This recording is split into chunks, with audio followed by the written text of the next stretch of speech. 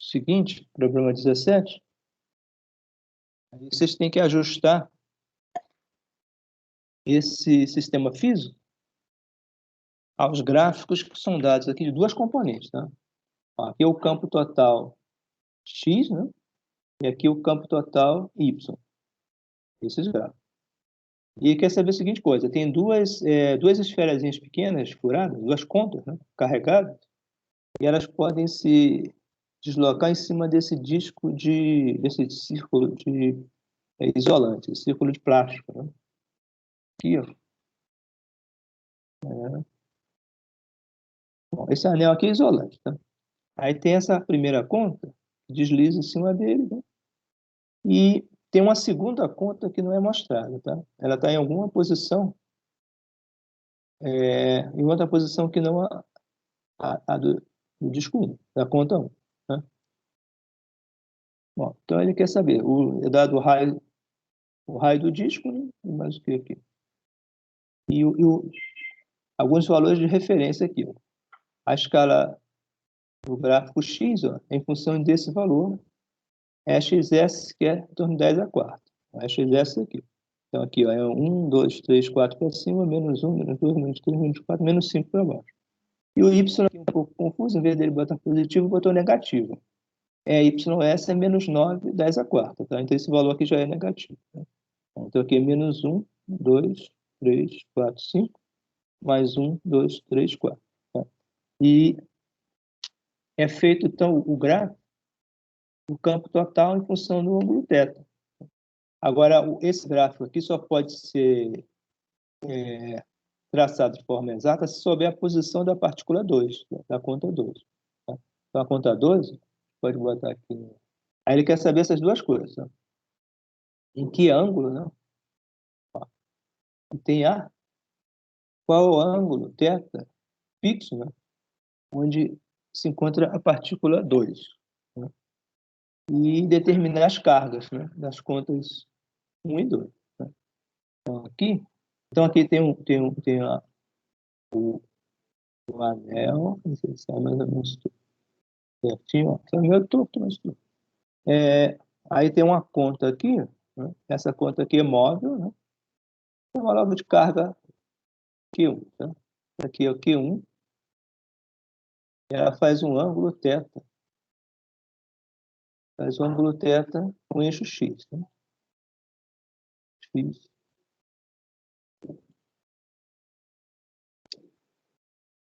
X e Y.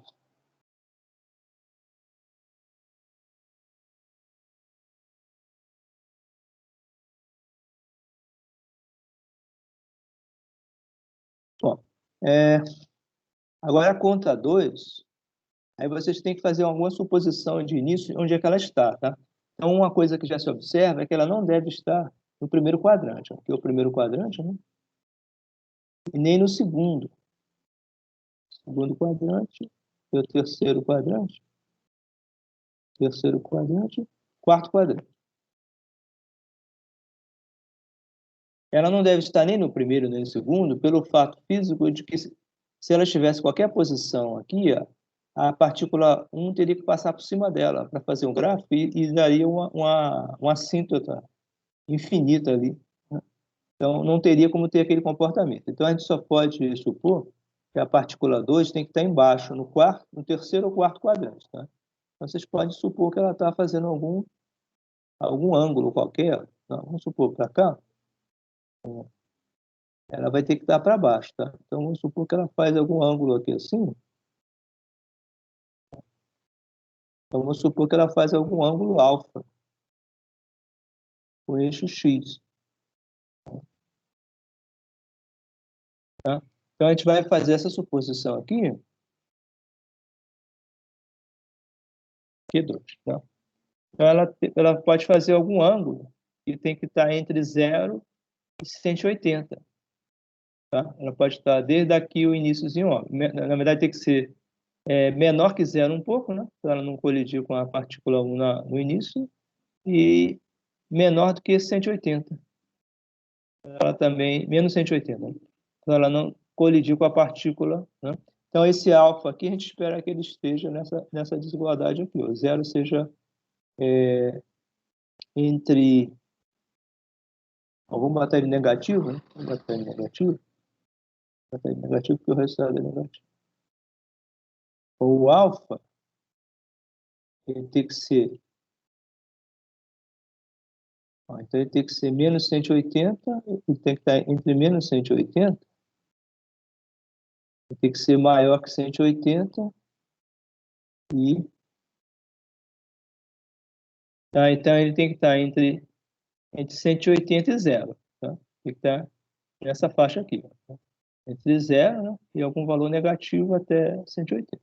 Agora, para saber isso, a gente tem que simplesmente ajustar aquele gráfico lá. Tá? Vocês lembram que tem o primeiro gráfico? Vou colocar aqui. A gente pode olhar os dois gráficos e aí vocês tentam observar qual deles tem a informação mais relevante. Tá? Então, aqui a gente pode ver o gráfico em X, ele passa em 90 em 0. Né? O gráfico em X faz esse desenho aqui. O gráfico em X, ele faz assim. Tá? Ele faz aqui, isso aqui é 90, né? Aqui é 90 graus. Aqui é 180. Aqui é 180, né? Tá? Aqui é θ. E aqui é o componente x, né? É xs, é x, né? E o outro gráfico,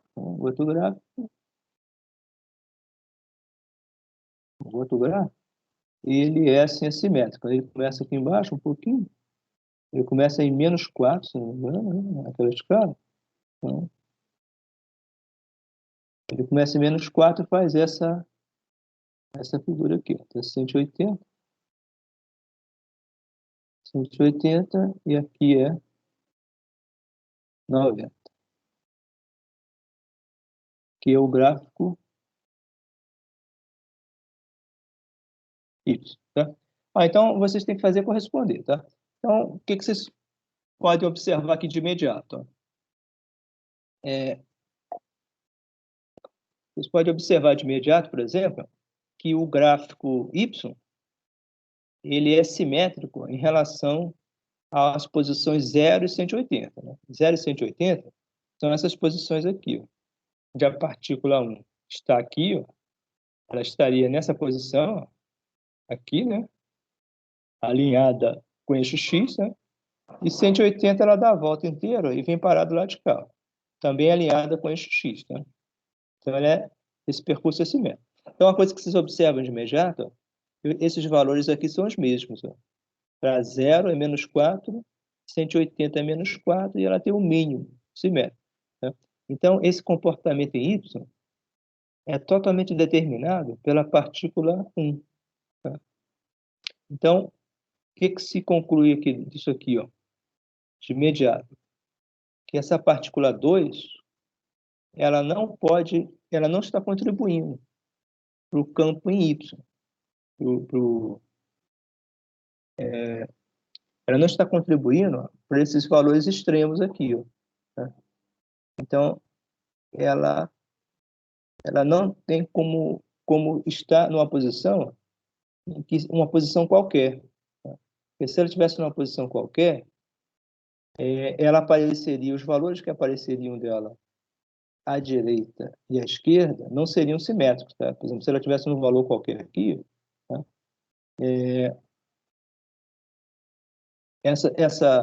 Ela não teria como fazer essa simetria. Tá? Então, o que você já começa a concluir aqui? Ó? Que a partícula 2, para que haja esse comportamento aqui, a partícula 2 tem que estar, na verdade, aqui, colocada exatamente em cima do eixo Y. Tá? Então, o lugar mais provável aqui seria essa posição. Agora, para confirmar isso, a gente olha o gráfico da partícula, o gráfico do eixo X. Tá? Então, vamos olhar o gráfico do eixo X, o que ele diz aqui? Ele diz a seguinte coisa.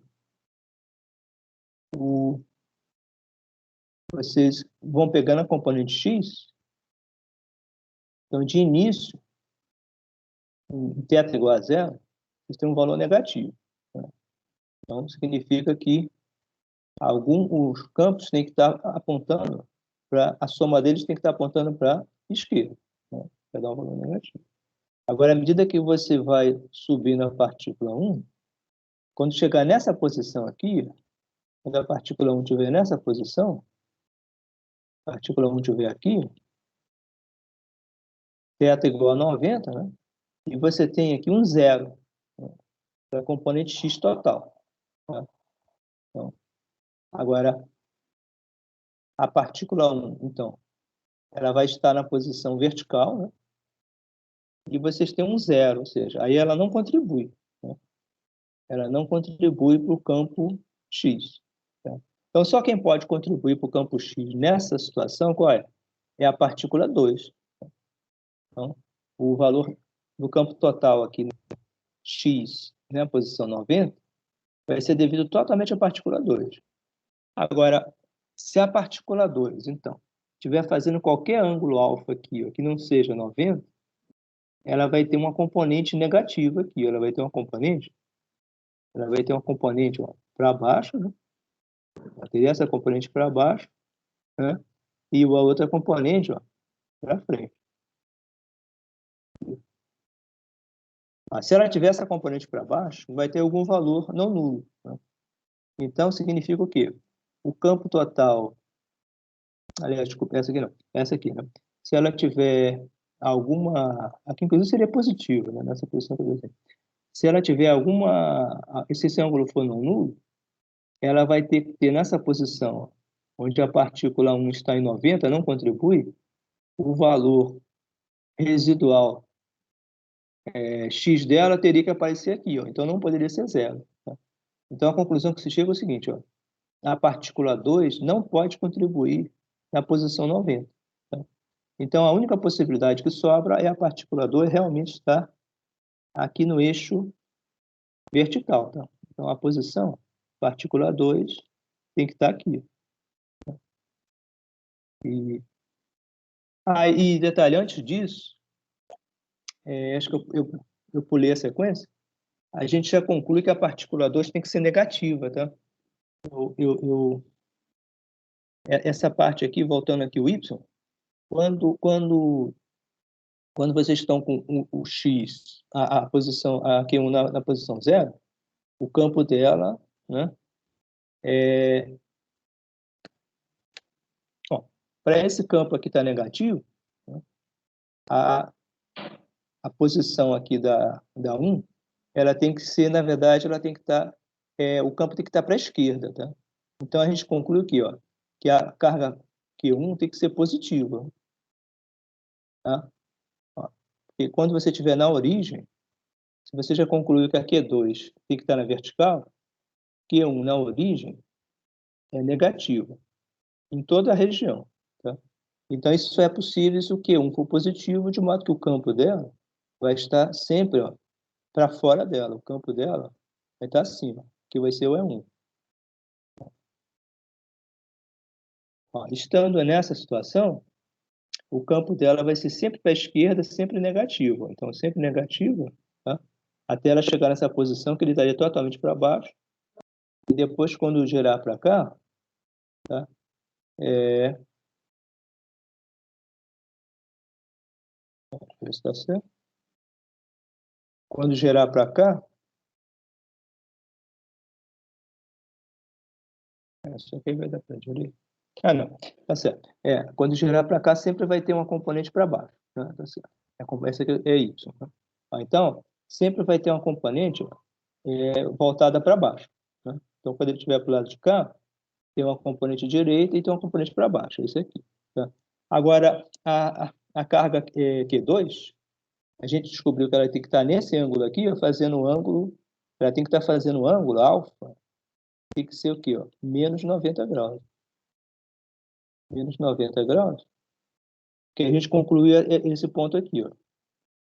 Esse ponto aqui só é possível ser zero se o Q2 não contribuir para x, porque o Q1 não contribui, né?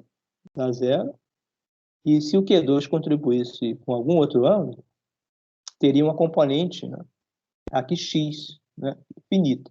Então, esse ponto seria deslocado aqui, ou para cima ou para baixo. Tá? Então, nesse caso aqui, seria deslocado para cima. Para ele ser zero, só é possível com o Q2 na posição 90.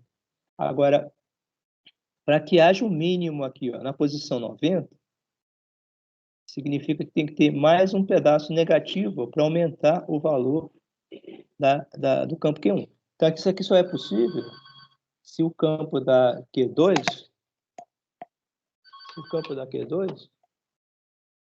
for, se o campo da Q2 não, se a Q2 for negativa, tá? Então, a gente conclui também, ó, que Q2 ó, é negativo, tá? E Q2, tá? Q2 é negativo, então significa que o campo dela está apontando sempre para ela. Isso aqui vai ser o E2. Ó, feito isso, vai dar certinho o gráfico aqui, tá? Está meio torto aqui, né? Deixa eu ajeitar aqui.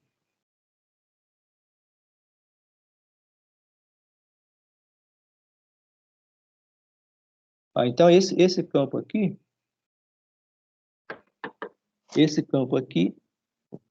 aqui é a partícula Q2, né?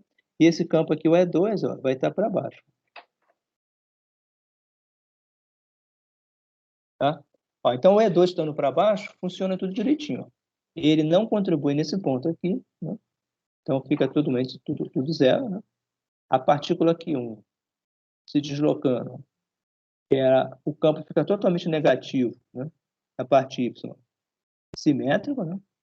Quando chegar na parte 90, aí vocês têm tanto a Q1 apontando para baixo porque ele é positivo, como a Q2 também para baixo, como ele é negativo, os dois somando dá esse ponto de mínimo aqui. Ó. E a parte X, então, fica sendo totalmente devida à partícula 1. Tá? Parte X, ó.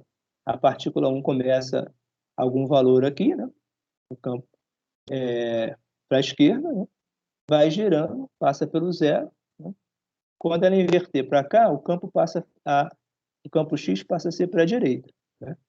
Então, depois de 90 graus, ó, o campo passa a ser positivo, né?